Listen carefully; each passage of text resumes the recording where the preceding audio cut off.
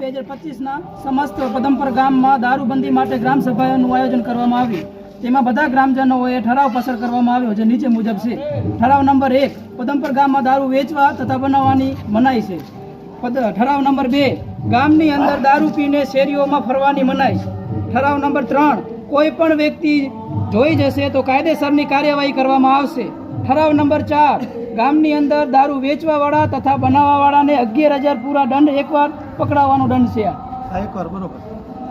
ઠરાવ નંબર 5, ગામની અંદર દારૂ પીને નીકળવાવાળાને 1,100 રૂપિયા દંડ રાખવામાં આવેલ છે. આ બી એકવાર પકડાવવાનો. ઠરાવ નંબર 6, ઉપરોક્ત કાયદાનું પાલન કરવામાં નહીં આવે તો પોલીસ કેસ કરવામાં આવશે.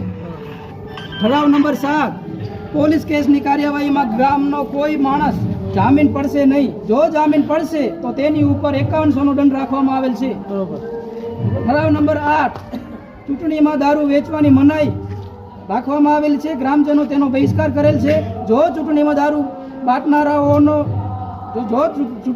બાટનારાઓ પકડાશે તો તેના ઉપર 21,000 દંડ રાખવામાં આવેલ છે.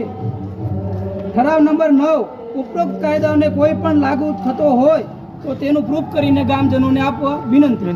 બરોબર.